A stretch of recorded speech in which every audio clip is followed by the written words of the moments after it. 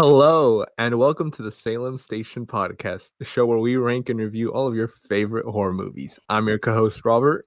I'm your co-host, Alex, and today we have Enrique back as a guest. Hello, Our first veteran guest. returning guest. Yep. Last week was movie number 90, which is our last movie on the 90s portion of the list. This week is movie number 89. We are finally moving ahead, Finally guys. broke into the 80s, finally out of the 90s. Whoa. Last episode, we ended on a rant about the Cloverfield franchise. By the way, just a quick note out there. Those of you wondering. The rant wasn't on the Cloverfield movie. You can watch the movie if you want. I don't know. I wouldn't recommend it. It's low on the list. But it was more on the franchise and J.J. Abrams. The rant was not on the movie itself. If those of you wondering, probably not. You probably are trying to forget about my rant on Cloverfield. Anyways, this week is movie number 89, and that movie is 2019's Midsommar. And I'm sorry if you're expecting a normal episode, it's just going to be another rant. I will be honest. I'd say the 90 after Cloverfield, which was 90, there's like a significant jump in terms of the qualities going into this movie. This movie isn't. I know I kept ranting about the prior movies, but I probably won't as much as this movie. This movie and onward, I would say, are of a higher caliber than the other ones. It's the jump from Cloverfield to Midsommar is pretty significant, I would say.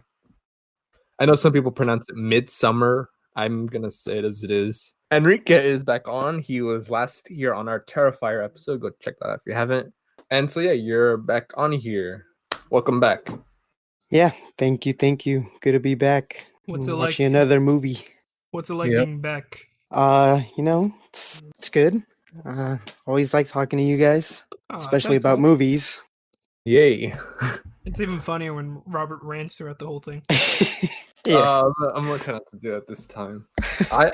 This movie isn't as Don't lie to the viewers. Don't lie to the viewers. Before going and giving our honest opinions on it, I'm sure most of you, like for instance, the last movies we covered were like what Cloverfield, Leprechaun, Critters, and I'm sure like most of you may not have seen them or probably even heard of them. This movie, though, since it came out last year, most of you guys would probably be pretty familiar with this. Even if you haven't seen it, you might know what the premise is. The premise is about this cult, and well, some would say it's a little society, a little village. I'm saying straight up it's a cult. And these people come in and experience what the cult has to offer, which if you've seen the movie is pretty horrific. Yeah, that cliff scene really got me. The first scene that was kind of intense. I've seen this movie before. Always catching me off guard. Yep, it does. Most people who have seen this movie have either praised it or have stated that they don't like it. And I guess, Enrique, you want to go first on giving your opinion since you're the guest? Sure. I wouldn't say I hate this movie, but it's just kind of hard to watch for me. It's a good movie, but I think it's just the suspense and then like the immediate payoff of what that suspense is leading up to that just rattles my nerves. Very bloody payoff. I mean. Oh yeah. Very, very. Yeah. I mean, very gory. Yeah, I mean it's a good payoff for especially people that love gore, but it can be a little much sometimes, especially with how much they do it. Yeah, and it doesn't decrease from that scene. No, first scene. They hit the line running. Let me tell you. Yeah. This movie is, even though it's low on my list, and you guys might know what my thoughts on that might be. I will be honest. This movie is expertly made. It's very beautiful. It's probably, no, for sure, without a doubt, the movie so far that we've covered that has the most thought put behind it in terms of like literally every aspect of the movie. For those of you wondering, we watched the director's cut of it, so it's like 30 minutes more, just literally shy 10 minutes of 3 hours. It's a big movie. It's a lot to take in. So, and I had seen the theatrical version before, as did Enrique, I believe. And so there's some scenes that me too. we watched that, weren't in there that we had originally seen. I'll be honest, I like the director's cut more. There's a certain scene that we can talk about later that I really do think adds to the characters. And I put this low on the list based off of the theatrical cut. Based off of the director's cut, if I had seen the director's cut before and ranked it based off of that, I think this might have been a bit higher on the list, to be honest. How much higher would you say? My opinions probably wouldn't have changed that much, but I would say probably 4 spots up. Oh man. Just because of that one scene. Yeah, that scene was, I would say, expertly made. It does add a lot. I mean, that's it does add a lot to both characters. Yeah.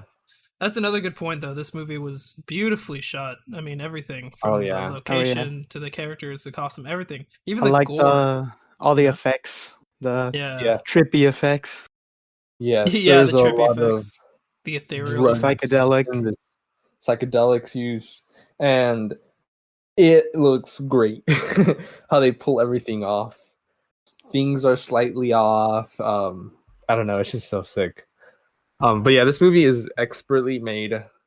You'll hear me probably praise this movie more than I will rant about it, if I do. What about you, Alex? What are your just general thoughts on the movie?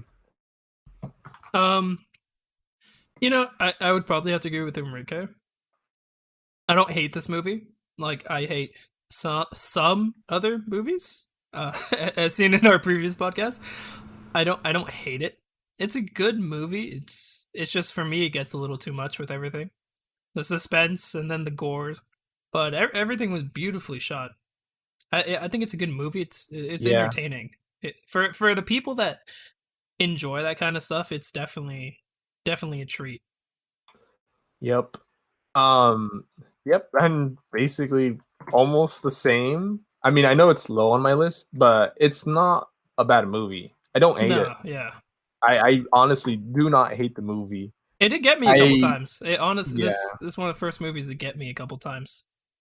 If you were to ask me if I would have another horror movie that I'd rather watch, yeah, I would. But I don't really have anything against this movie. It doesn't do anything egregiously bad. It's a really good movie. It's well made, and it's just not as strong. That's just me. Ari Aster directed this. It's his sophomore outing after he did his hit Hereditary, which I really enjoy Hereditary. Yeah, it's a good movie. It's a good one. Yeah, I love Hereditary. And it's by the studio A24, which is like an indie studio, I believe. They made also the with Robert Eggers, The Witch and The Lighthouse, and many other movies such as Ex Machina and so many others. So would you call this a big box movie? Would you call this a big box film? Or would you say it's on? I mean, it probably is on the smaller side, but I mean, yeah, it definitely got probably more recognition than most horror movies. Yeah, that's what I'm saying. Because you would be forgiven for thinking it's a big box movie with how much attention it got.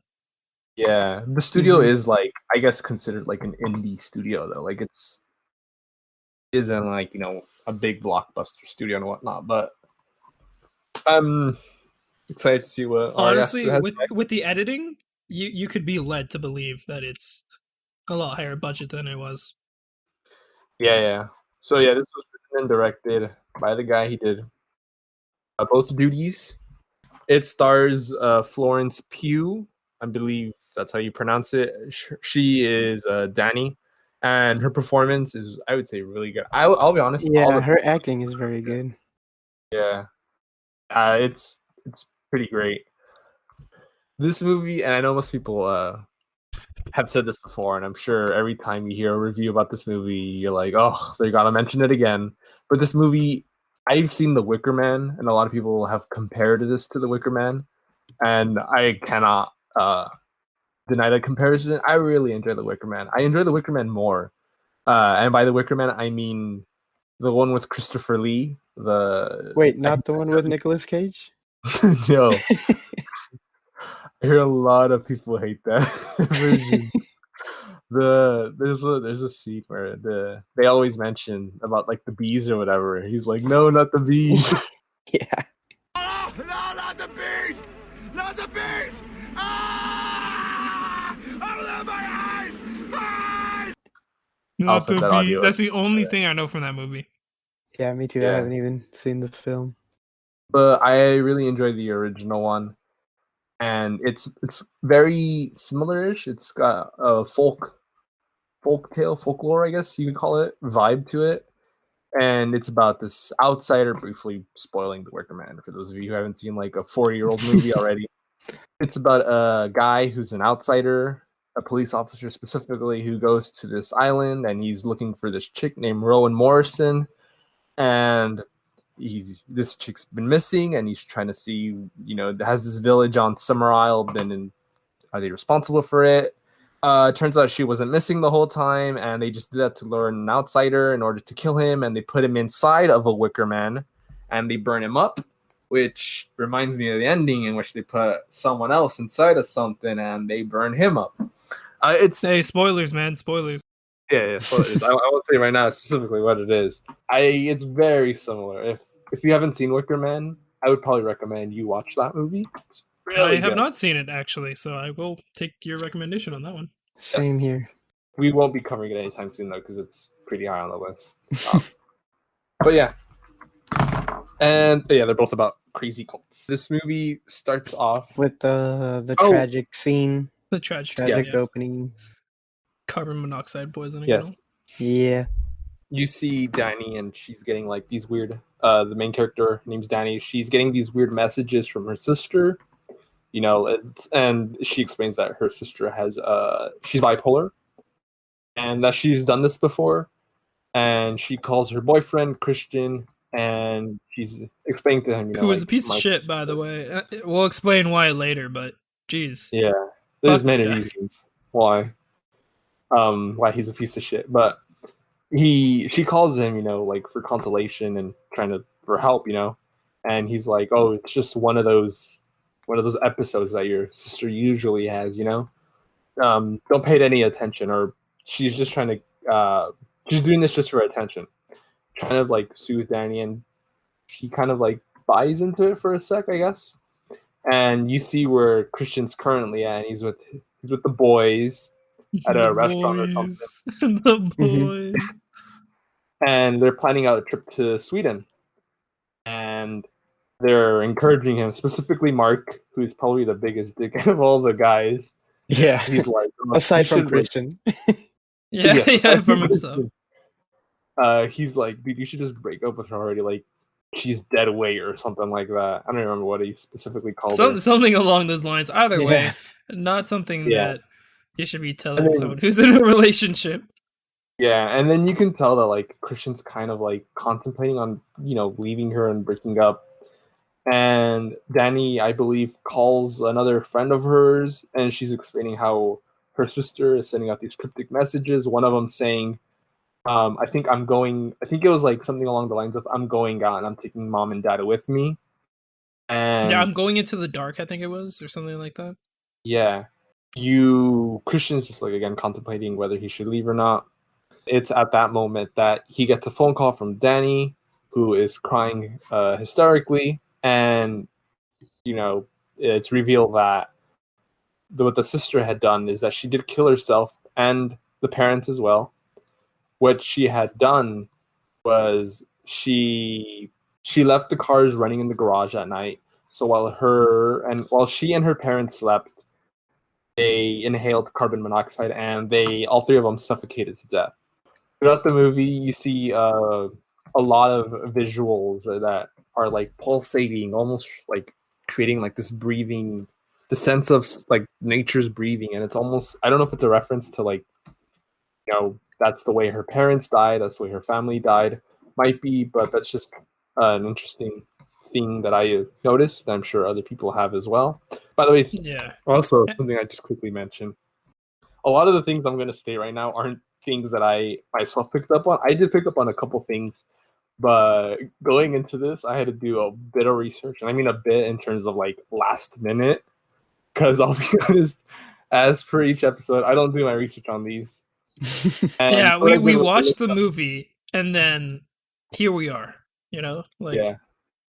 But what I nothing did more, for this nothing less. episode was I looked at the Dead Meat and Fanflix's reviews on these and try to see how they break down this movie because I honestly I'm not smart enough to decipher what the hell this movie's trying to say. So I had to see what other people were trying to like interpret of this movie. So I'll leave links to their reviews down below in some sort of description. Please check them I out. They're smarter than we are. They were able to Yeah. figure this shit out. Yes, I was only able to know a couple things that were surface level. They managed to read a lot deeper into this than I could. So yeah, but that's just if I do explain something that sounds like, oh, that sounds really smart. It's because they got it off of theirs. Just pointing that out. A simple Google search. I want to go back to the beginning scenes with the crying, and I just want to say that Florence, holy shit, that crying really got me. That was hard to watch. Oh yeah, dude, that was some of the best crying, and by best I mean like most realistic, most impactful crying that I've ever heard in my life. Like if somebody had no context and saw that, they'd think that that was real. Like somebody had really just gone through the worst experience of their life. That was personally one of the hardest scenes in any movie I've had to watch. I don't know why. It was just really, really like impactful. Her performance is probably the best in the whole movie, I would say. Mm-hmm. She really nailed the role, and she's really great in this role. Yeah, no, it's incredible, her performance. So she definitely deserves a lot of praise for that. Yeah, seems like Ari Aster really knows how to cast characters to portray grief. Yeah, he does, because in Hereditary as well. Yep. Oh, that's another one. Yeah, like no, with crying, that's also very realistic. Yeah. Yes. But yeah, no, like her performance is top notch. So yeah, she's in this, as is also in this is Will Poulter. I might be pronouncing that last name wrong, but most people at the moment they see him, they recognize who he is. We had someone call him the guy with the eyebrows. He's the guy with the eyebrows. Yeah. He's from one of the Narnia movies, and I don't remember what else he's in, but he's in this movie as well. He's in We're the Millers. Oh yeah. Yeah, that's what I was thinking. It was on the tip of my tongue. I couldn't think for a second. Yeah, he's like in a lot of things. I just don't ever remember what he's in, but yeah, he's that guy. He's the son of Jennifer Aniston, and I forget who's the guy in that movie. Yeah, I forget the guy too. But yeah, that's him. That's the guy. He's in this. Also, he's really good. I'll say he's really good at acting because he really sells that he's this buffoon. Yeah. Yeah. And the actor who plays Christian too, I don't know his name, but he sells this dickish role really well. Oh yeah. What an interesting most hated character. Yeah. If an actor can get you to hate a character that much, it's probably because they're doing a good job. That's true. That's very true. Yep. The sister and the two parents perished in like the first 5 minutes of the movie. Yeah, it is like really early on. Yeah, and she calls Christian crying, and he had plans of leaving her, dumping her, but now if you dump her after that incident, you're just cruel. Like, yeah, that's just, like there's being a dick, and then there's just being like cruel, and that would have been just cruel. And he notices that, and he now he knows he can't dump her anymore, at least not right now due to the tragedy she's gone through. And he seems angry. Like he's angry that he can't. Yeah, he knows how he'll look, even to probably his friends. He'll seem like a dick for having done this so recently after. Mm-hmm. And I guess I will just spoil the end really quick about the bear scene. Just for this thing, I got to point out him feeling that at the end he ends up trapped in a bear in a live. I was gonna say a live bear. The bear's dead. He ends up trapped in a bear, and I don't know if it's supposed to represent him being trapped in a dead relationship, but I'm gonna assume that that's what it's trying to say, because he's trapped in both instances. Interesting. I might be reading too much into that, but I think that's what the dead bear is supposed to represent. But yeah, he now notices that he can't break up with her, and so we cut to like a couple months later, and they're at this party, and they had been talking previously about how they wanted to go to Sweden, and they each have there's four boys. Pelle, who's the guy who comes from Sweden. You have Mark, who is, as we had said, the eyebrows guy. And we have Josh. Josh, yes. Josh is the one. They each have their different reasons for going. So it's Josh, Pelle, Mark, and Christian. Josh wants to go to do his thesis for his master's, I believe. Yeah, I think so. Yeah, and he wants to do it on the culture that Pelle comes from. And Pelle's obviously going back because it's where he's from.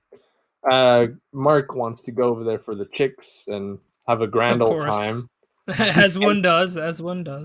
Yes. And Christian just wants to get away from Danny and the whole situation. Basically, Now him going to Sweden will seem like he's just trying to run away from the grief that she's probably like pouring onto him. Mm-hmm. And it's at this party that it's revealed, she finds out through someone else that, oh yeah, they're going to this party. And she kind of looks at him. To Sweden, you mean? Yeah, to Sweden, sorry. Sweden. And she looks at him and, she's like, oh, like, you didn't tell me about this. And he was like, oh, I was going to tell you. It's something we haven't talked about for long, even though they've been talking about it for months. Because that's really when everything starts falling into place. Yeah, her family dies in the winter, I believe, because it's snowing. And by the time they're talking about it, it's like a couple weeks until they go to Sweden, which is like, as the title states, Midsommar, which is like the middle of summer. Throughout, you see kind of how they each are towards her. Josh, their person. I'll just talk about the personalities, as I'm sure it's important.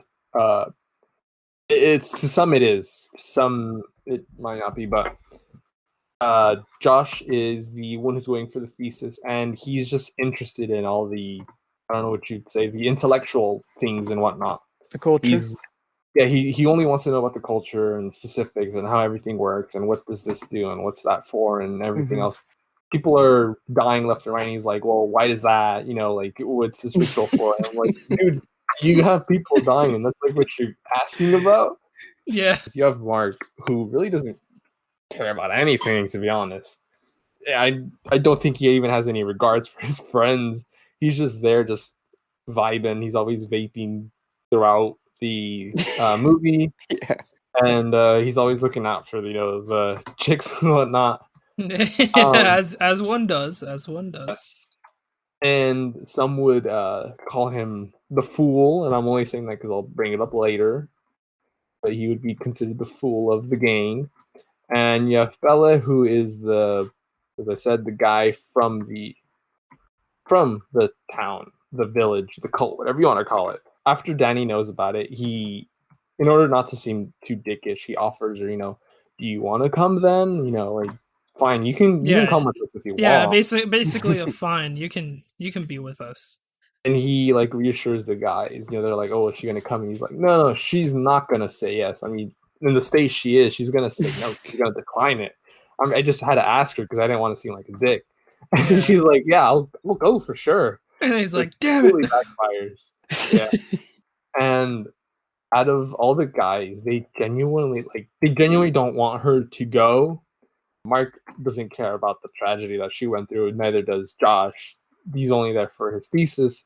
Out of all of them, the only one who really probably cares is Pelle, and he's the one who's showing his sympathy for her.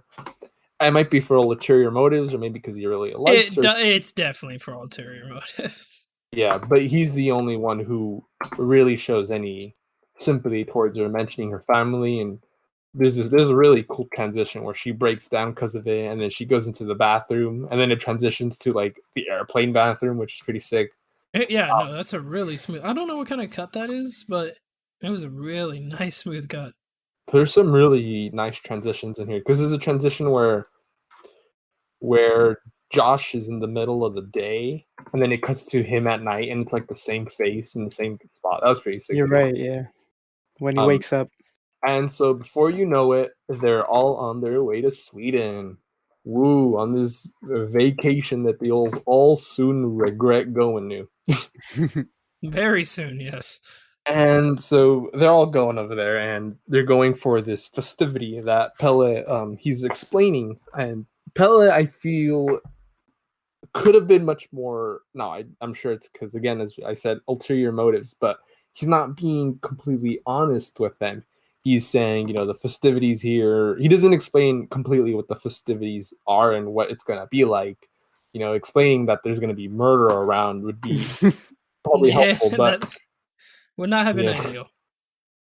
And it is explained though that the festivities happen every 90 years, and I actually did pick up on this, but Enrique did, saying that the number 9 is prevalent, as it's 90 years that the festivities happen, and at the end they require 9.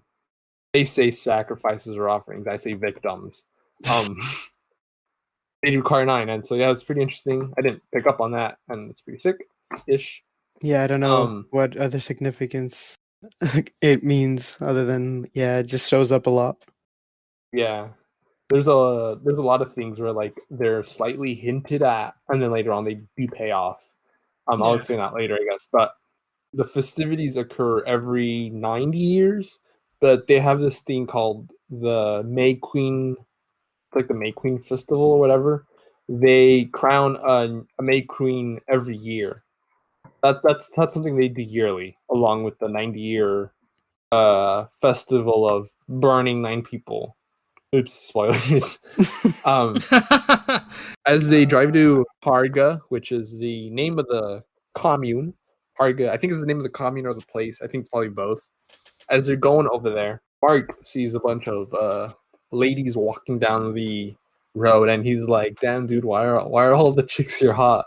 And Pelle is I don't know if it's Pelle or Christian that they're starting to say something, and Josh cuts in and he's like, no, here, let me give you the real reason. It's due to like what the Vikings used to do, which was they would go around to different places and get all the best women and bring them here, which we will talk about later because it's interesting that that's kind of what happens in the movie as well. They arrive at the community, and Pelle introduces the group of 4 to his, I think it's his brother. His name is Igmar or something like that. Mm-hmm. And they're all getting introduced, and Igmar is saying, "Oh, I have 2 people that I myself brought that are my friends, and it's Connie and what was the guy's name? Simon. Yeah, Connie and Simon. I can just remember by saying Simon Cowell. Very similar. Simon and Connie, and they're like, "Oh, hey, like we're also outsiders. I think they're from Britain, I believe, right?" Mm-hmm. And they're here, and so you have 6 outsiders in this commune, and they're here to enjoy the festivities because it's considered once in a lifetime because it's only every 90 years. From there, they take mushrooms. Oh yeah, literally, the moment they arrive, Ingmar is like, "You want to take some shrooms?" You want some shrooms? And they all are like, "Yeah, sure," but I don't think Danny's ever like done it before, and so she's like very hesitant. And you can see, I would probably describe her as having anxiety because you see her like, oh yeah, almost like, "Oh no, like, I don't want to do it. I don't want to hold you guys back." And then she's like almost talking herself into it, like, "No, like I can do it."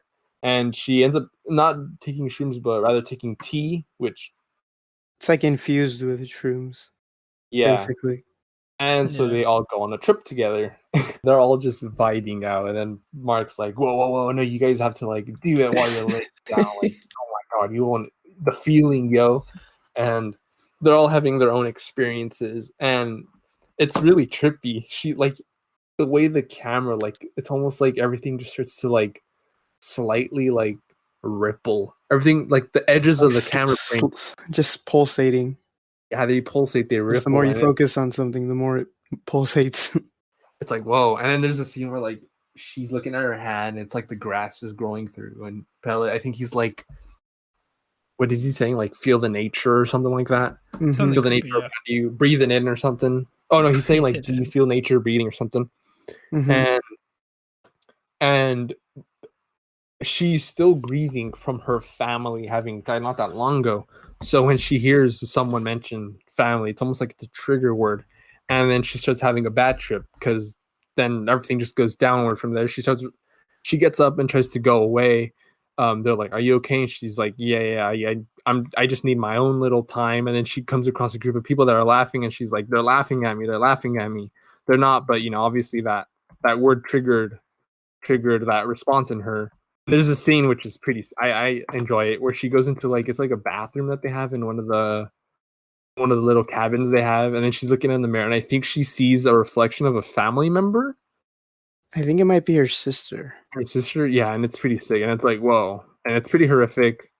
Pella is saying that that she got ready for tomorrow's festivities. I believe it's tomorrow. I don't think it's the same day, and it's one of the first things that they will see happen is the Addis Stupa, I think is what it's called. I'm looking at how they have it written. I don't know if I'm pronouncing it right, but it's called an Addis Stupa, and it's they all go to it. Everyone's wondering what is it, and Josh is like, "Do you guys really practice that here?" And Bella's like, "Yeah, we do." And everyone's like, "What is it?" And I'm all, the first time I watched this, I was like, "What is it?" And going into this, and I'm like, "Oh, geez, you should have honestly just told them what it was about." And so they're all curious, they're like, what is the Adashtupa? What's it going to be like? They all go to the little ceremony, and it starts off with them all sitting on this. I like the way they eat, the commune eats. It's these large dining tables, these large tables that extend pretty far out, and everyone's just lined up and they all eat. But for the Adashtupa thing, there's these two old people. There's this elderly woman and there's this elderly guy. They only eat once they start eating, and they only drink once they start drinking. And they are the people, they will be the participants of the Adstupa. I like that word. I like saying it. You see them after they finish eating, they look at each other and they're carried away on these chairs, and they go to like this cliffy area. They go to the bottom, the foot of a cliff, and they look as these people are taken to the top, and it's explained, I don't remember if it's earlier or if it's afterwards, it's explained that the way they see the life cycle of the people at the commune is through the 4 seasons: spring, summer, fall, and winter, and that the people from ages, once they're born up to age 18, is considered their springtime. 18 to 36 is considered their summer. 36 to 54 is considered their fall. And then 54 to 72 would be their winter. And they ask, well, what happens after 72? What happens? Well, these people have just turned 73. Here's what follows is the lady goes first. She falls off the cliff, and there's like a rock on the bottom, and her head just gruesomely smashes on it. Yeah. Oh yeah. Really sets the So tone for the rest of the gory. movie. The gore's pretty good. Mm-hmm. Whoa. Damn, it's So, bloody. I just realized we've had you on probably for like the 2 goriest Glorious movies on. movies. That's true. Sorry about that. I'd say the gore in Yeah. this is more realistic, but it's Yes. they're both Yes. gruesome. They're both gruesome. The gore and Terrifier is more just almost cartoonishly extreme. It's that Like that super. one chick getting cut down the middle. Oh yeah, that's super dark blood. Yeah. This is like Oh, yeah. realistic because it's her face was caved in the moment her face hit the rock, and it's a huge cliff. The commune, it's something they've seen before. So to them it's nothing. But to the outsiders, they're like what is this? Like, Yeah, what the hell is This this? is horrible. yeah, this is horrific. She just died. Yeah. And Danny though doesn't really speak up. She's just looking at it like I don't know if she's transfixed at it. She's like She's I probably noticed, just in shock, maybe. yeah, that's probably what it is, Yeah. honestly. She's probably in shock. And then it's time for the guy to step up, and something we criticize him is on, he goes in pencil diving. Bad form. Right off Yeah, the bat. yeah. feet first. If anything, his feet are what's gonna hit the ground first, and he's not gonna die, which obviously happens. His Mhm. feet are broken and mangled, but he's alive Oh, yeah. still. He's in agony. And then one thing that is shown throughout the movie is when someone's in agony or like crying or something, like they kind of mimic the person who's in agony. They It's mimic like what his empathizing, right? yeah, it's like a weird way of empathizing with them. Kind of like sharing their pain.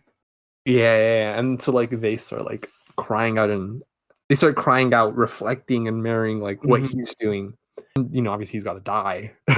So it comes to Yeah. here comes the bonking time.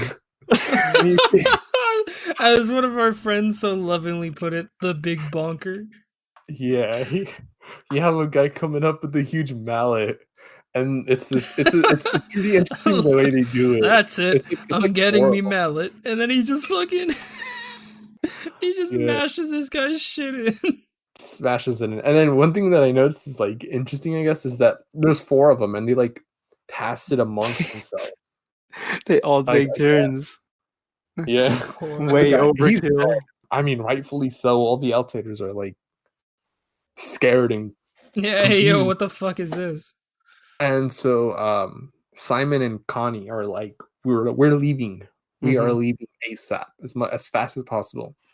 And I was gonna say that they probably leave the day after, but one thing that should be noted is it's weird telling the times in this movie because it happens in the middle of summer. And one thing that they note in the movie is that the days are longer in this, and it's in a part of the world where sometimes you don't get nights at all. So they were Mhm. mentioning how like it's 9 p.m., but the sun is still out. So I don't know if they try to leave that same day or that same night. It's very hard to tell.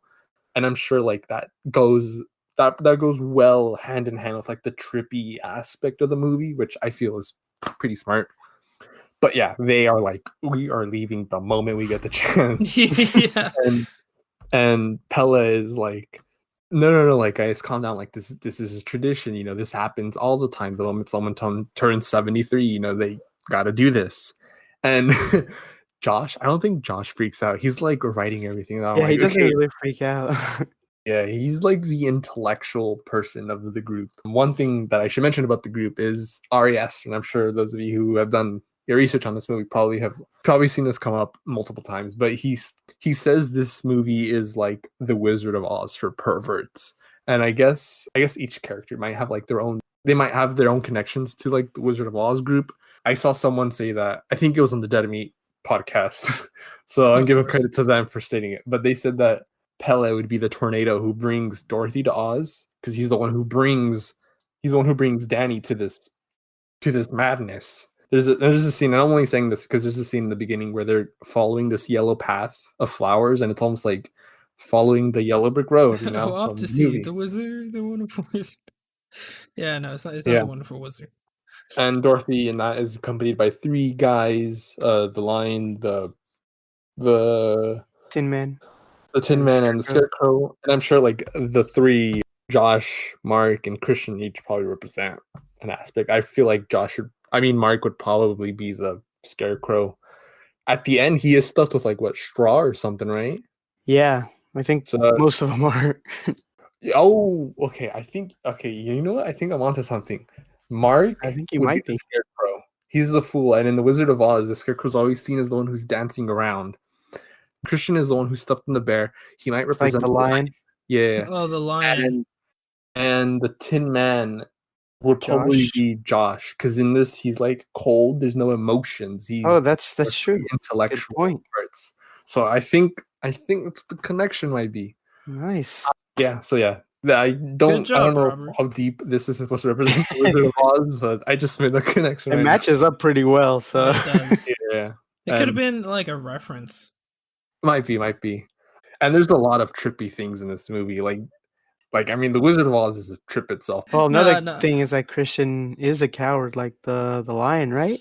Oh yeah, The He's cowardly lion. Yeah. he's He doesn't scared wanna of telling Danny how he really feels, right?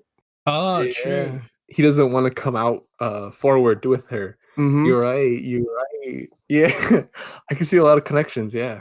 That's pretty sick, actually, that we're making these right now. actual analysis coming from us. What a Yeah, what a and treat. throughout all this like agony and all this craziness, like Josh just is like, no, I'm just trying to get my research done, and he's very adamant. He everyone knows that he's there for his thesis. They get a tour of like around the rest of the commune. I think it was before. I'm sorry if these events are out of order. They get a tour, and they come across this banner that they call a love story. Depicts some pretty graphic scenes of this chick who likes this guy and wants him to fall in love with her. So what she does is she cuts some of her pubes and puts it in a pie, As you do. and I think feeds it to him. Mm-hmm. And I didn't catch this on the banner, but on the Dead Meat podcast, they had said that the chick in the mural gives the guy a drink with her period blood in it, and Like a love he potion. consumes both, and then that they fall in love, and yada yada. That's the end of it. So you'll see where that goes later. Yeah. There's a lot of things like that where it's like vaguely hinted at, and then it comes to fruition, and you don't probably pick up on it until like later on the rewatch. Like there's a scene where there's these kids playing, and they're like, "What are they playing?" And they're playing this game called Skin the Fool. I won't say what it is right now, but later on, when you see this event later, it's like, oh, that's what they were like kind of alluding towards. Yeah. I think it's the day of Danny's birthday, and Pella is the only one who remembers. And he Mhm. gives her a drawing of herself, and she's like, "Oh, like this is really great. You're the only one who remembered." Christian didn't even remember. You almost get vibes that he kind of wants to be with her. He's like kind of pushing boundaries. You know what I mean? Yeah. Yeah. Some not so subtle hints. Yeah. He does tell Christian about it, and Christian's like, "Oh, yeah, like right." And so what he does is he offers her like a slice of some bread, or something. Yeah, with like a little candle on it. And what I found was pretty funny, he was like It's so pathetically trying to sad. like light the candle while he's singing. I think there's some pretty funny moments in the movie. I don't know if that's intentional, but Yeah, it's like awkward funny. they genuinely made me laugh. They're kind of distant. I feel like at times they try to prove that they're still in a relationship, but it's not really working out. Like him trying to give her a gift, Mhm. it's almost seems like it's tone deaf. You know, it's like, well, you really didn't intend. You did it with no intention. Mhm. Bunch of the characters starting to grow rifts amongst them. For instance, Christian. I'm not. Christian is a dick in this. He decides he's being criticized by I don't remember who, and he starts arguing with Josh about how he too wants to write his thesis on the village, and Josh is like, "Dude, you know that's what I came here to do. That's why this means That's a lot to literally me." why we're here. Yeah. Christian's This like, "Well, guy's I want to like, write on it too. We can both Collaborate. work on it. Yeah, yeah, Yeah. we can both collaborate. collaborate." And Josh is upset, understandably. So, and he tells Pella, like, "Dude, he's writing the thesis on your community as well." And Pella's like, "Well, he did ask me first." And Josh is like, well, "What do you mean? I've been trying to do this the whole time." And I feel like Pella did that on purpose. Yeah, I He was gonna probably, say he's kind of like causing some of the rifts Yeah. in yeah. relationships. I feel like that was not genuine, Pella. Josh has to go to one of the elders in order to get approval to write his thesis on the community, which he does get approval of. Hmm. They go into another building. There's another building, and again, I'm sorry if I'm missing on details, but there's so much in this movie. It's almost 3 hours. So they go into another building. There's another building that's seen, and in it, there's these scriptures that Josh is interested in. He's having one of the elders read it to him and translate, and he's writing everything down. They're talking about the oracles of the village, and they mention he's like, "Who's the oracle?" And the elder's like, "Oh, it's Reuben," and Reuben is this disabled person who was purposefully inbred in order to be the way that he is. And he claims that these inbred people are those without clouded judgment or something like that. And they're Yeah. oracles. Literally all they do is just this paint on pages, and the elders try to interpret what it is. And Josh is like, "Can I take a photograph of it?" And the elder's like, "Absolutely not. Like, these are sacred to us." Like It's another funny moment. Yeah. The elder's just so like what? Oh, No, sorry. what? Yeah, would they even like, ask that? why?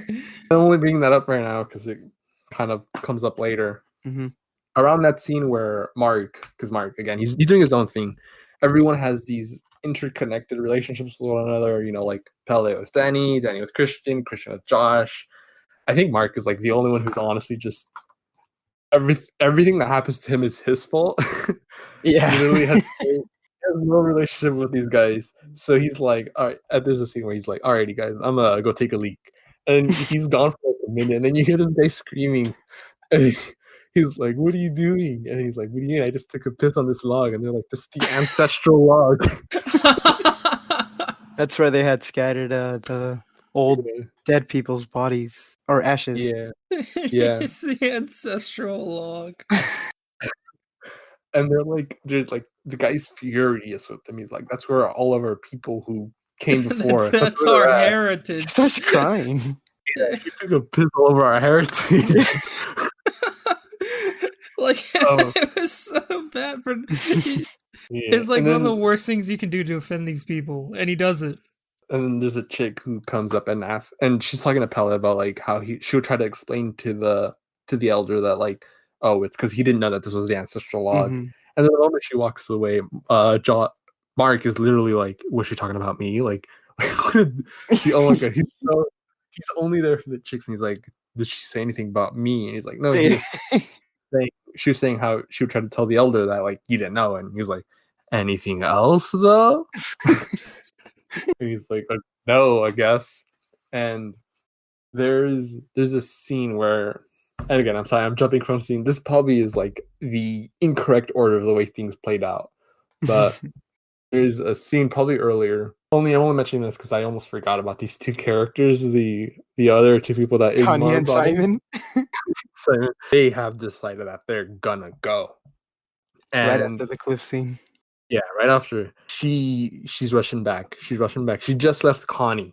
No, Connie's coming back. She just left Simon off, and Simon, I think he's like preparing their vehicle or whatever, ready to go, and she's rushing back, and it's the only reason she came back is I think she forgot her bag. She's picking up her bags, and then she's about to leave, and she's telling Danny, you know, like, oh, me and Simon are getting the hell out of Dodge.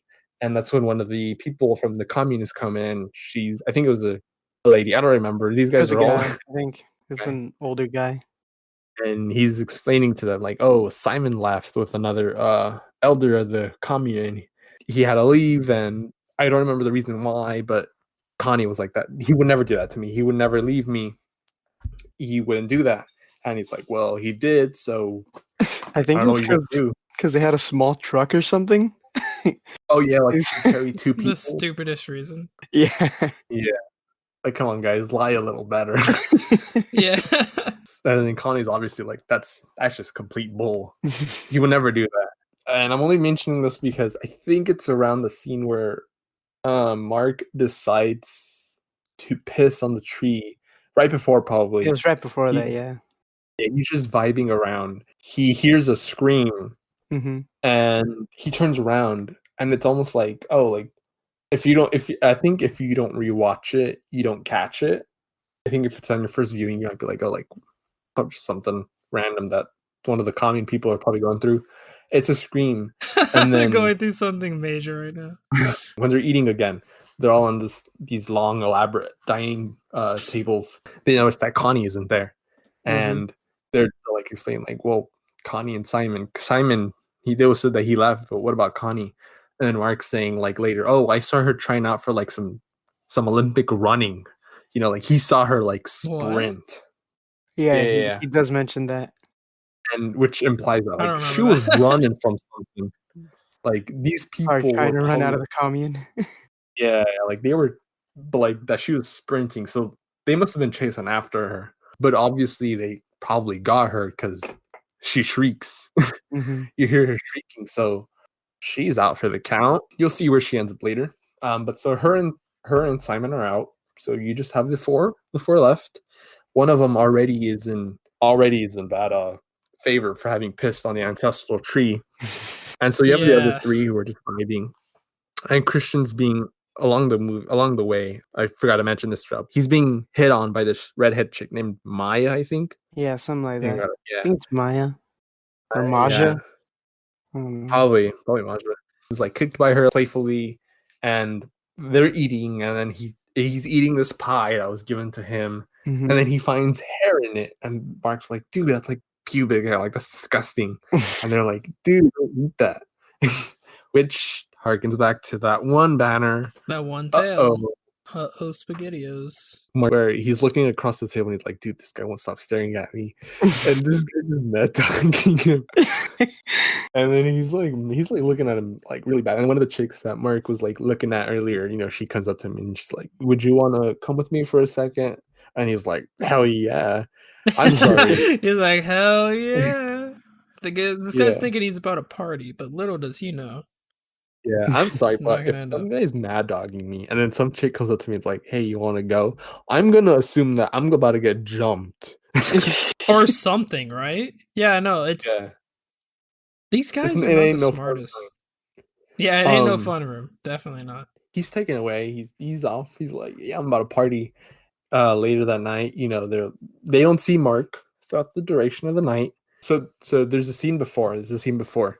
Where, and this happens before, and I'm just barely remembering. Again, this movie, I'm remembering it out of order. I probably should have wrote down notes in terms of like the order of events happening. Nah, you're good. You're good.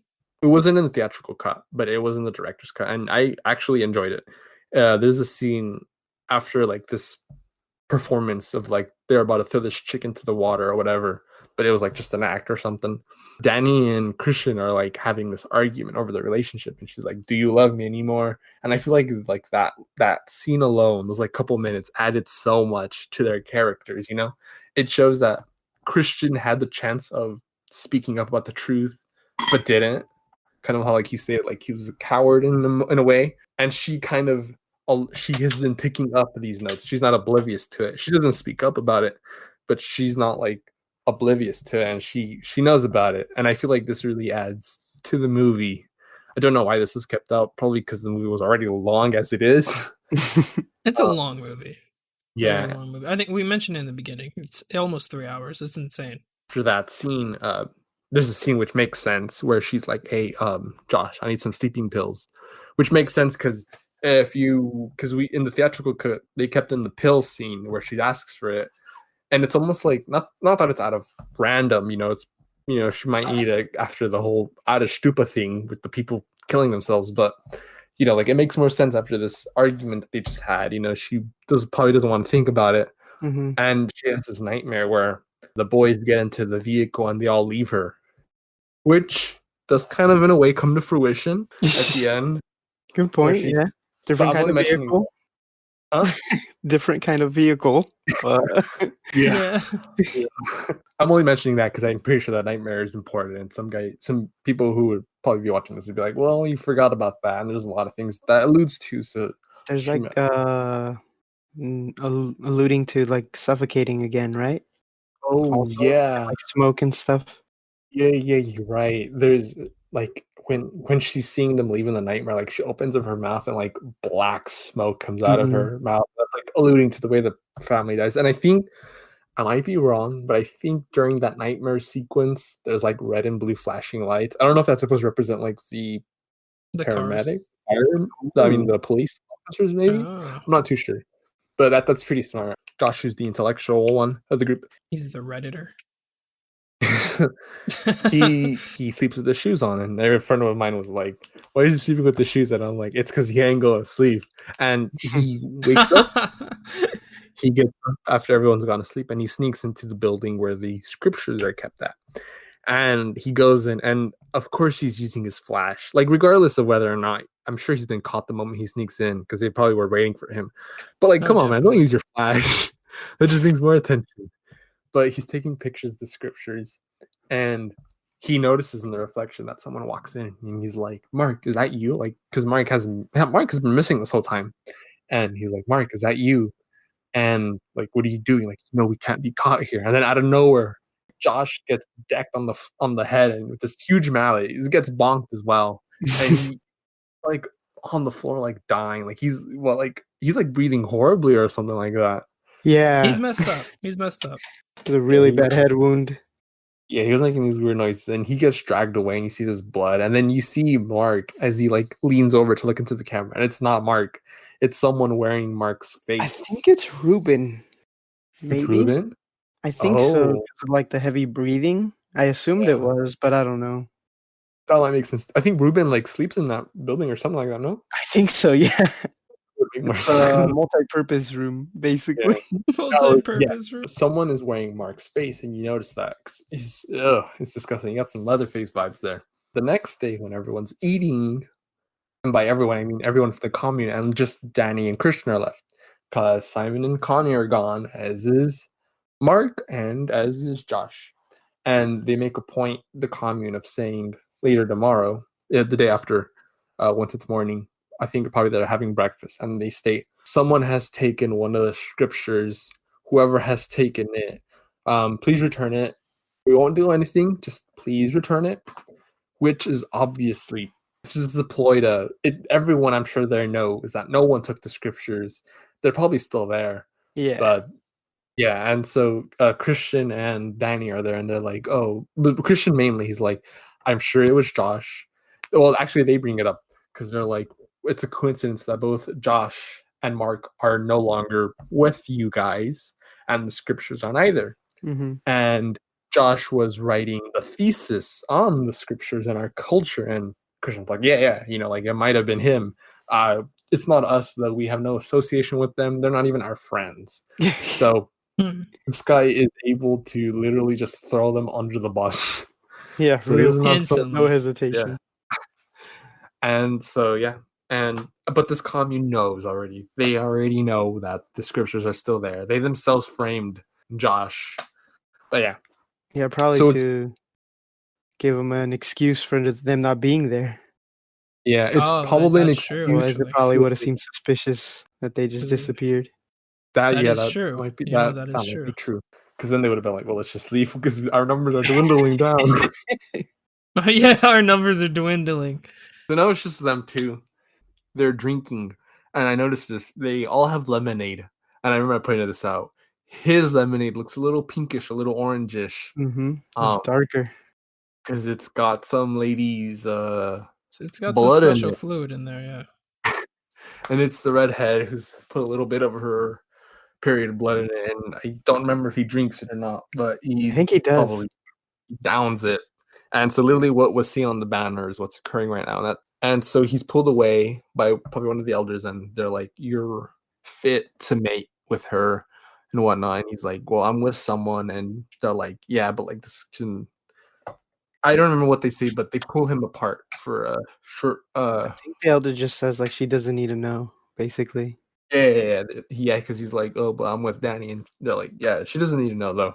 This could literally be a one-time thing." And then so they pull him away to talk to some lady in some other building while they're getting ready for the May Queen festival. He has a talk with the lady while they're preparing. He's talking with this lady, and he thinks that it's about Mark and Josh, and he's like, "No, I swear, I don't know where they went off with the book." And they're like, "No, like you can mate with Maja, I think Maja or Maya. I'm gonna say Maya. Maya's easier to say." Yeah. Fair enough. You probably when Maya has been looking at you, and you guys are like perfect for this mating. Yeah, she You says like don't- astral connection or Yeah. something. something like that. Some sort of like connection that they have. He doesn't like give up like a straight yes or no answer, but like after that meeting, I think he like looks miserable. He looks miserable throughout the rest of after that meeting. He looks miserable throughout the movie because he sits down with the rest of the commune as they're about to witness the May Queen festival, hmm and it's this dance that all the I think like the young ladies of the commune perform, and Danny's invited to join, and they all have to take this tea. And again, obviously, this tea is a drug that they all have to take, Psychedelic and tea. yeah, Yep. it's a psychedelic, and they have to drink it. And then once they're done drinking it, they have to stand around like this like huge pole, and they have to dance around the pole. I realized how I made the sound. They just dance around, and then the last one standing is the main queen. The ones who fall lose. Christian is there with the elders and everyone else, seeing them dance as they start to dance around and whatnot. He's approached by this person, and she's like, "Oh, drink this tea. Like, this will like lower your inhibition or whatever it is." I forget what she says, but he takes it, and then from like this moment on, like he looks miserable. Like he starts shivering. Like he looks cold. Like having the worst trip imaginable. Yeah. Yeah, he does not look great at all. And they're all dancing, and then obviously one by one, the ladies fall, and then she is the last one remaining because she's the protagonist. Yeah, yeah. Yeah. And then she's crowned the main queen, and the main queen has to ride away in this chariot or whatever. And then she's like, "Is Christian gonna join me in the chariot?" And they're like, "No, the queen rides alone." So even though like they've had arguments and disagreements, you can tell that she's still like kind Concerned about him. Yeah. Probably a little bit, yeah. And I will say that Christian does too, because after the meeting he has with the lady in that one building, he looks guilty. Like Yeah. he looks guilty. So I would say that he does too. Like they have slight attractions to each other, even though it's probably minimal now, but they still do. But so she gets taken away, and he gets taken away to the building where the scriptures were held at, where Reuben sleeps in or vibes yeah. in. Vibes. And it's Maya laying down on the floor, naked, with a slew of women around her, naked, dancing around as they're like humming. And As Christian, huh? I'm fucking with you. Christian walks in, and he's supposed to have sex with her, which he does, and it's very awkward because he doesn't look like he's into it, but it's made more awkward by the fact that there's these like Old vibing people watching. and dancing Like and humming. old ladies. Yeah. Yeah. They're just humming around, and then like there's a scene where like Maya reaches out, and then one of the ladies caresses her and caresses Christian. He's like, "What's going on?" So confused by the whole situation. Yeah, and then there's like an old lady who gets behind him, so it's like thrusting him forward.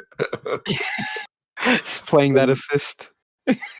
Giving him an assist. I hate you. Yeah. And then you can tell She's being the he's support uncomfortable. team, you know?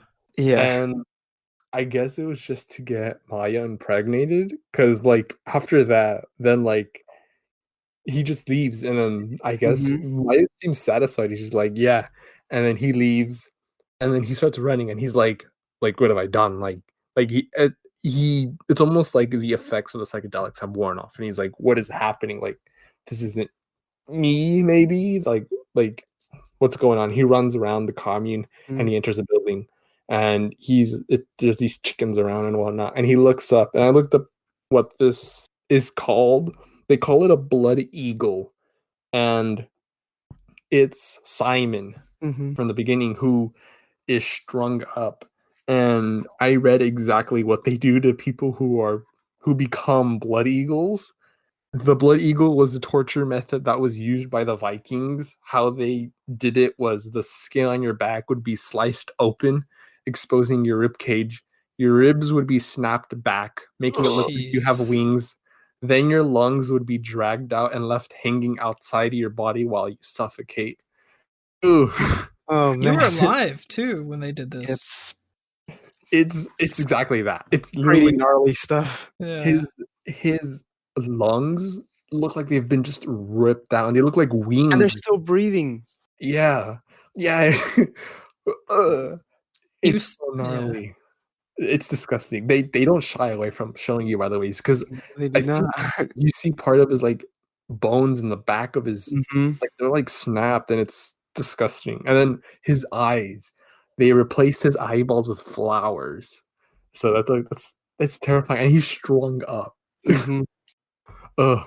And he comes across Simon, who has become the Blood Eagle. And I quickly got this from Foundflix, who said that blood eagles are punishment given to those who are considered honorless individuals. So Simon probably criticizing them about the Adashtupa probably made him like honorless, maybe. I don't know why. In their eyes, at least. Yeah. So maybe that might be why he was turned into this. And I'm sure there's a lot of more other connections to like Viking lore because they do mention the Vikings in the beginning. Mhm. So I don't know anything about Vikings other than like Thor, Loki. That's because of the movies. He looks at this and he is understandably horrified. And he Mhm. turns around to see this elder who blows Some mysterious powder. some like spices or herbs in his face, and he knocks out. And even though it's horrific, this entire scene, it's pretty sick when he's on the ground and the elder, like when you die, they always like close your eyes. It's kind of like that where the old man goes to the camera lens and he closes one eyelid and you see half of the camera go like black, half of the screen goes black, and then he reaches up for the other side to close that eyelid and the other half of the screen goes. Yeah, it's a really cool effect. Yeah, and it's pretty sick. And I'm like, oh, that's interesting in the horrifying sequence. And then he wakes up. Oh, you're forgetting that Yes, I before he runs out of the yeah. mating shack, multi-purpose room. Which yes, there's a lot I forgot. I'm so sorry. Oh, you're I good. this. Just reminding you. Yeah, while he's doing his little mating sesh, which by the way is Ruben is like in the corner of the room looking at all this. I'm sorry, he's a child. He shouldn't be looking at this. I don't know. I question the people. Well, I mean, obviously you should. That's question you. What were you questioning? The child. That's what you're questioning. Yeah, but before he leaves, after she's been like crowned the May Queen, Danny and all the ladies return and they're about to take her away to do this one thing, and she's hearing all these moans of these old women who are mimicking Maya's noises. And she's like, well, what's all that noise coming from? And they're like, oh no, don't go over there. And Danny still goes. Yeah, And that's not for us, is what they say.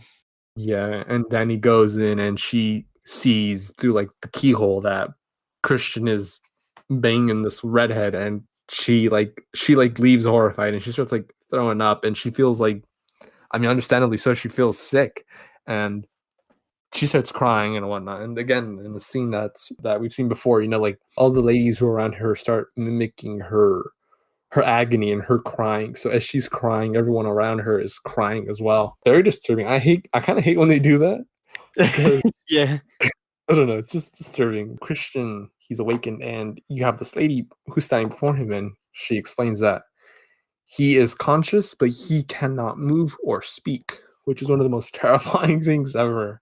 He's just there in a wheelchair and he's being hauled around. Danny is sitting in like this huge floral dress that I compared to like Jabba the Hutt.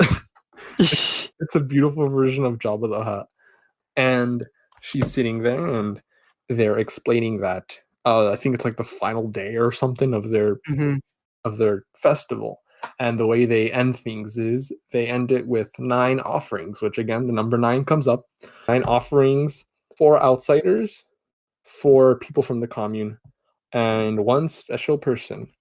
And so they explain that they already have the 4 outsiders, who are Simon, Connie, Mark, and Josh.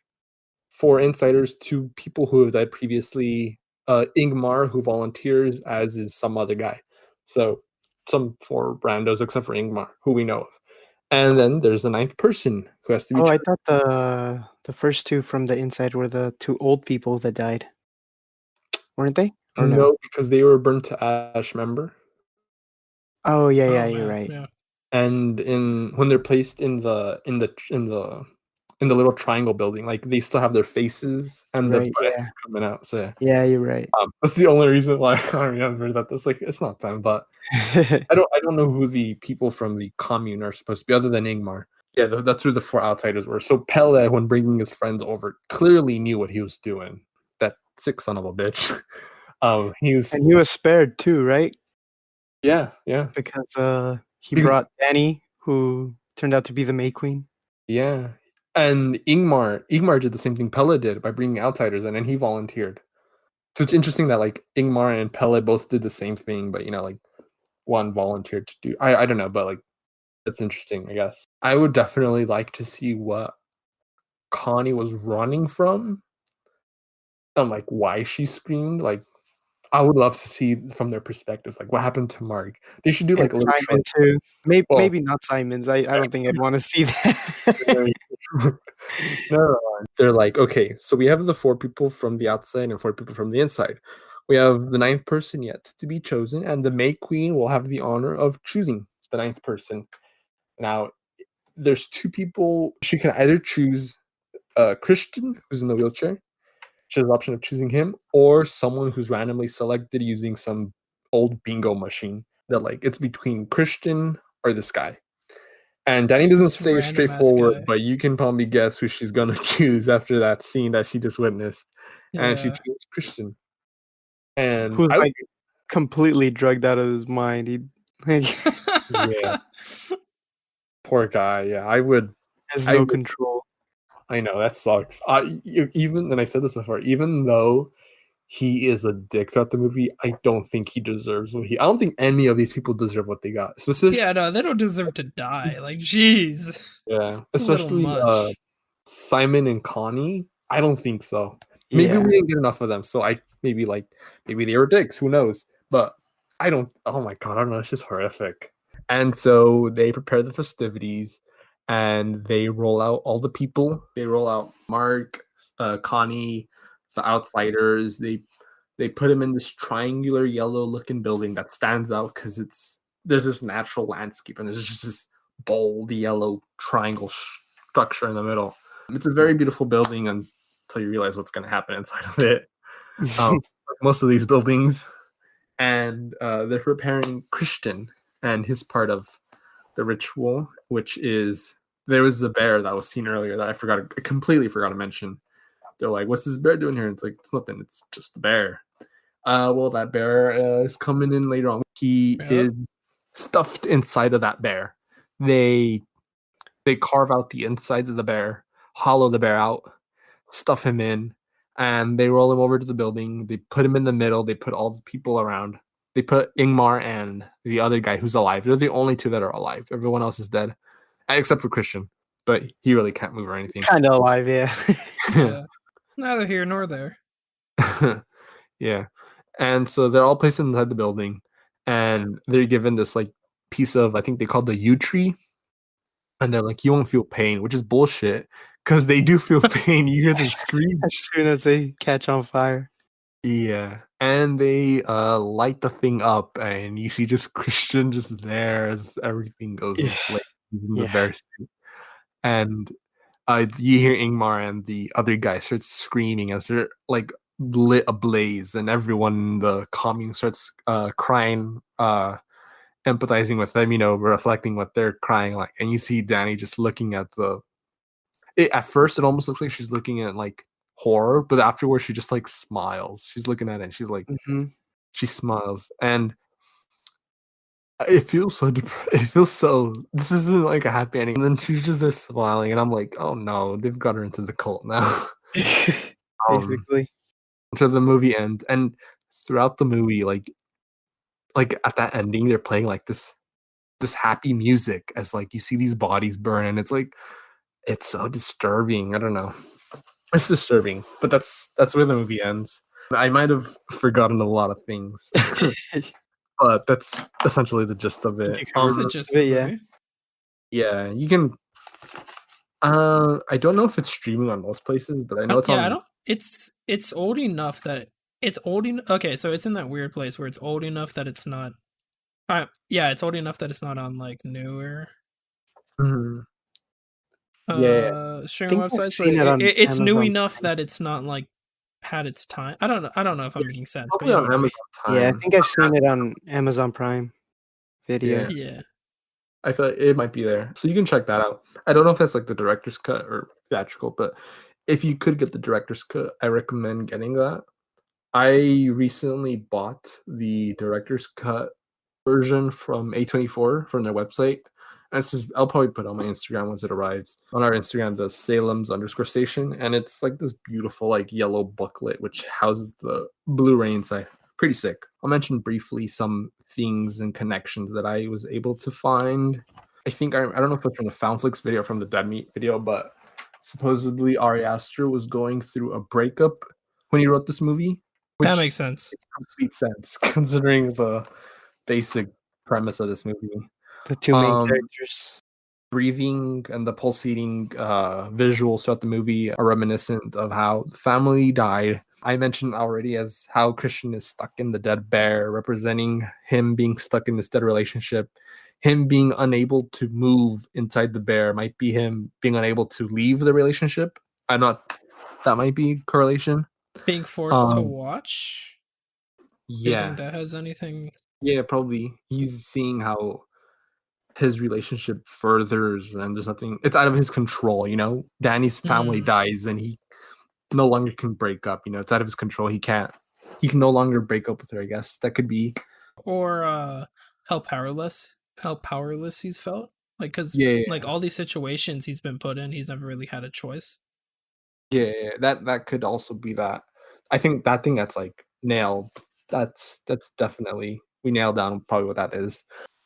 Mark, when he's being put in the pyramid, the yellow triangle building, they dress him up as a fool. He's up like the little jester things, and throughout the movie, they keep saying like they talk about the game, Skin the Fool, and Mark, his face was skinned off, and that one guy was wearing it, so he's the fool who is skinned.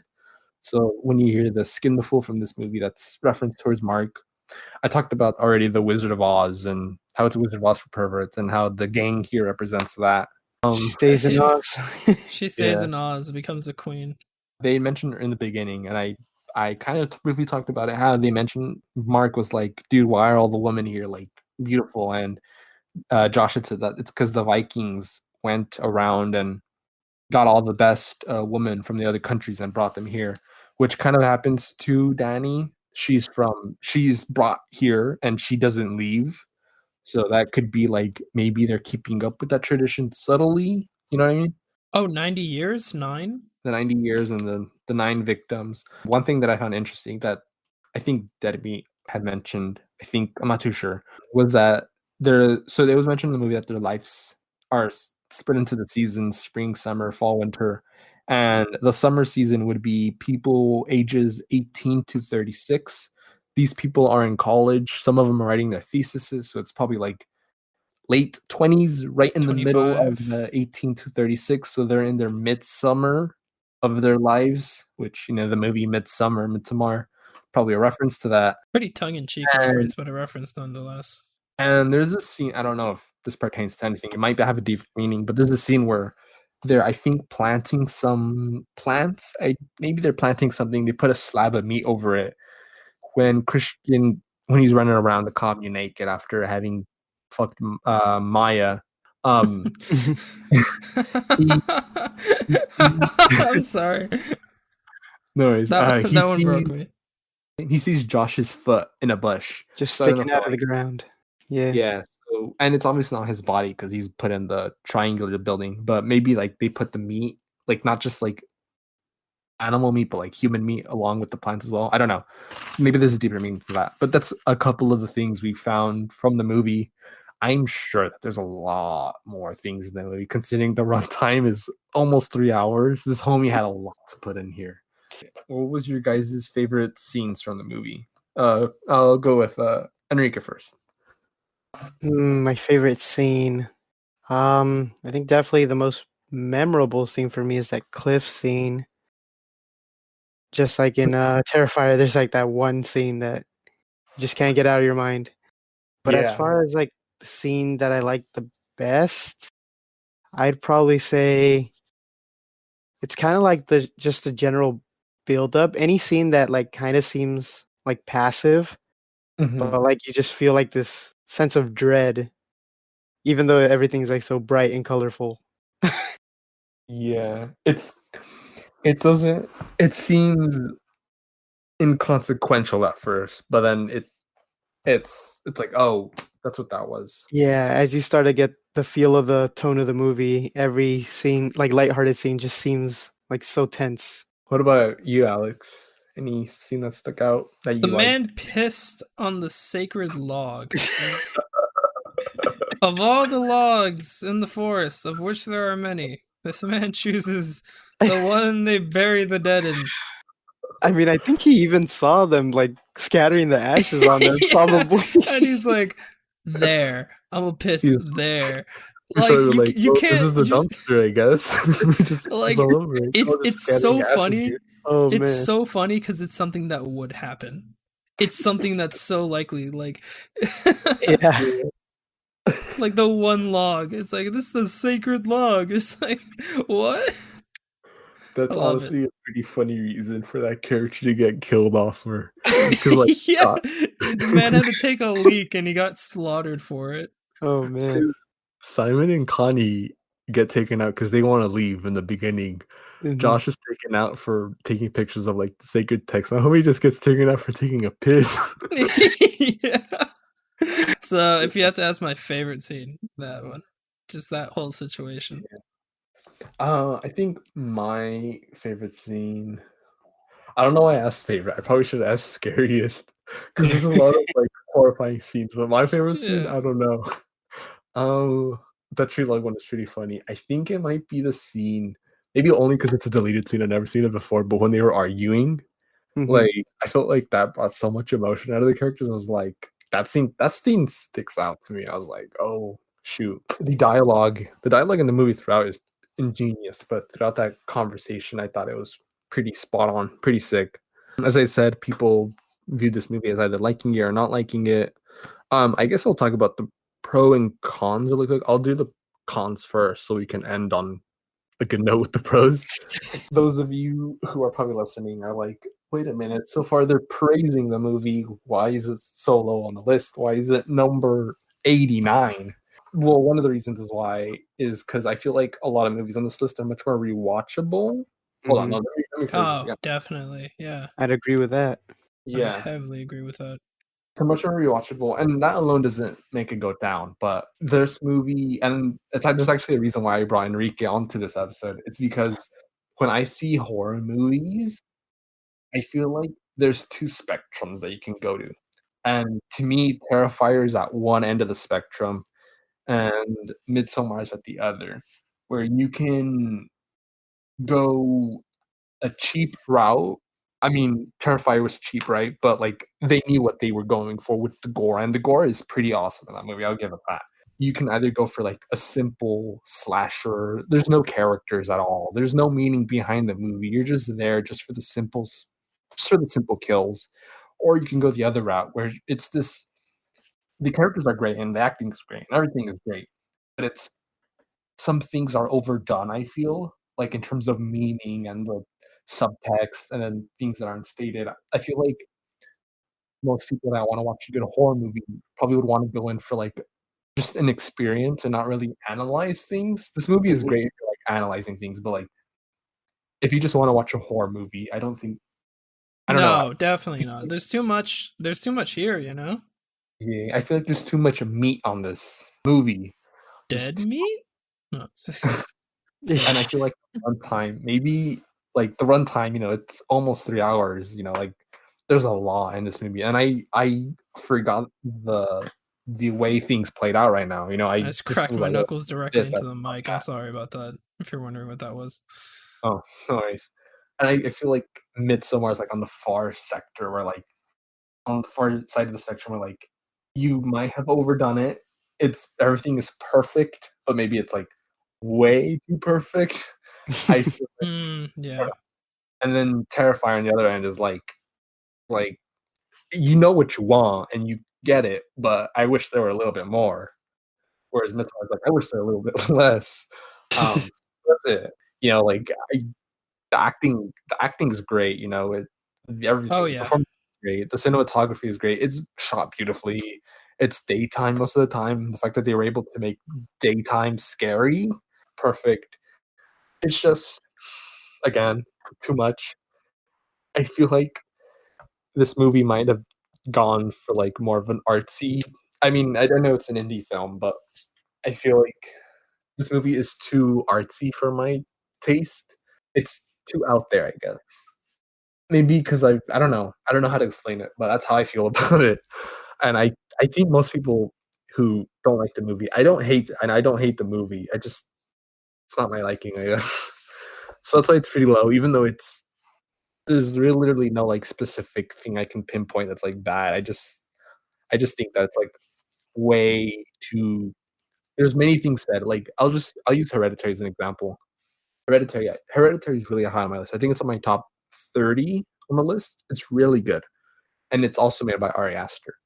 And Hereditary does the same thing where it has its gore when it's needed, not as much as this movie. This movie, I mean, Holy it's shit, this perfect movie. anyways, but Hereditary does have that thing where like things are subtle at first, but then once you see it, it's like whoa. Like the thing with Hereditary though is I can see how things unfold as they probably would naturally. Like for instance, they're driving by in the beginning as they're going to the town that I think they're gonna live in now.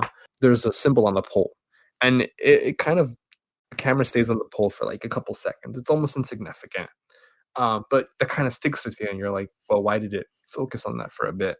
And then you have the car coming back where Charlie, I think is the girl's name. She's gasping because she has the peanut allergy, and they swerve, and her head gets knocked off by the pole.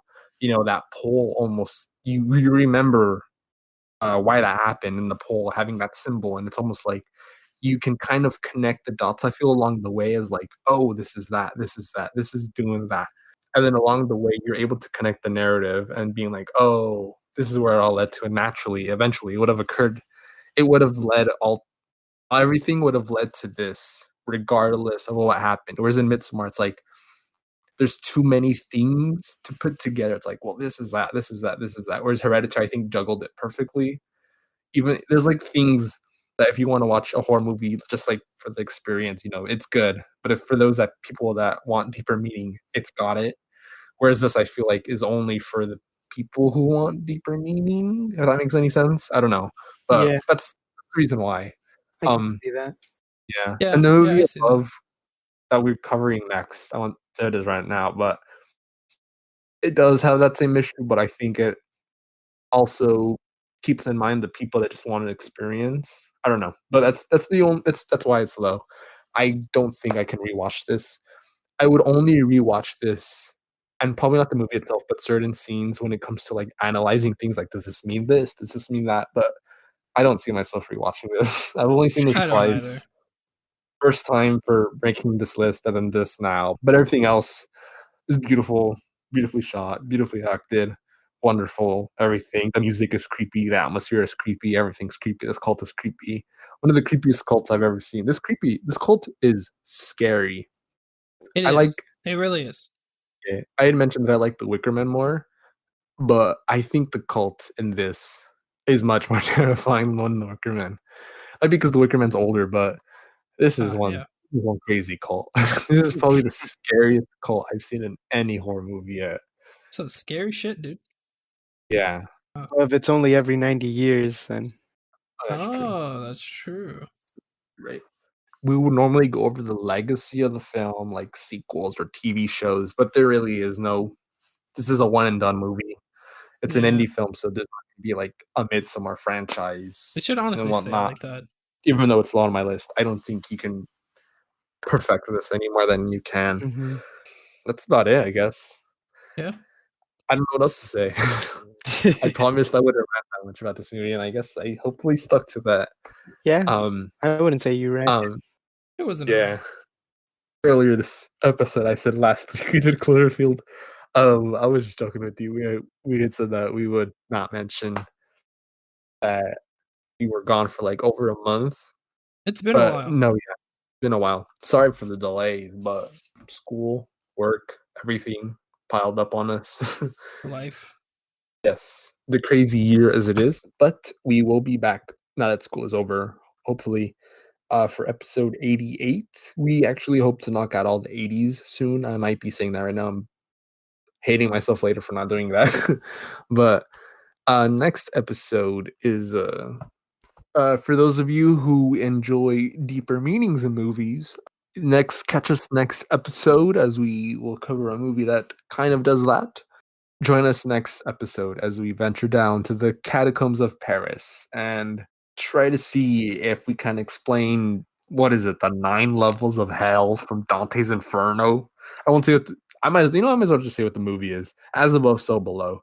There you go. That's the next movie. Episode I number think we owe it to you guys after the long wait. episode 88. We'll be delving down on that movie. These movies, by the way, these next couple of movies aren't bad. I swear. Cloverfield was the last one I'm gonna rant on. See you guys next week. Yeah, thank you, Enrique, for joining us again on this episode. Thank you for having me. It was I know very we fun. probably seemed dead today, but thank you, everyone, for joining us on this movie. I This don't know what to say. experience. Well, we're gonna try and upload a lot more. Yeah.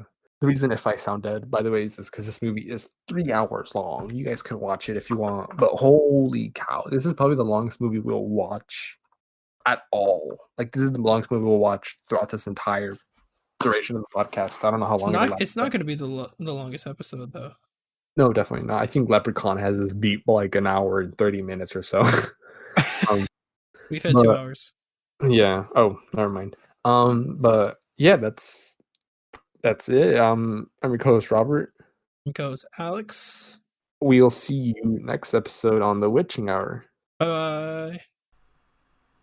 Here are some random tangents I decided to leave in for you guys because why not? I found them pretty funny. So here you go.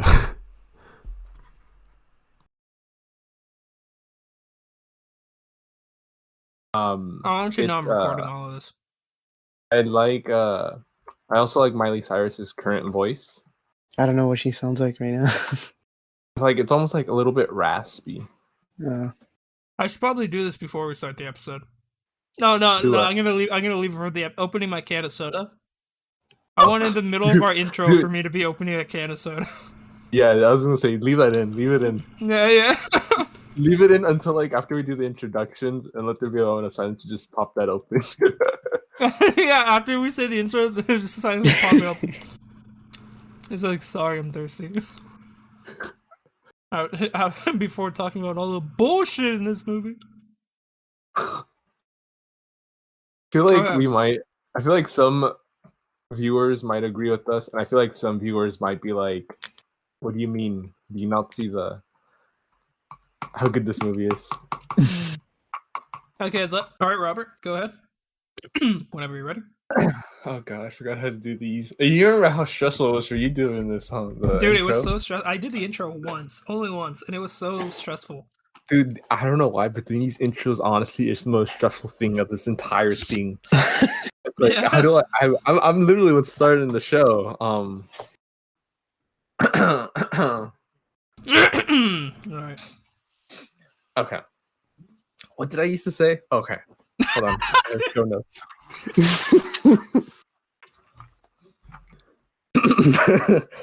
Okay, I gotta sound natural. Like we've done this a while. You know, we gotta acknowledge. We gotta make sure we don't acknowledge our absence and just act like the show's been going on, man. Okay. Can we say last week? Let's say. Yes. I'm so down. Okay, I got this.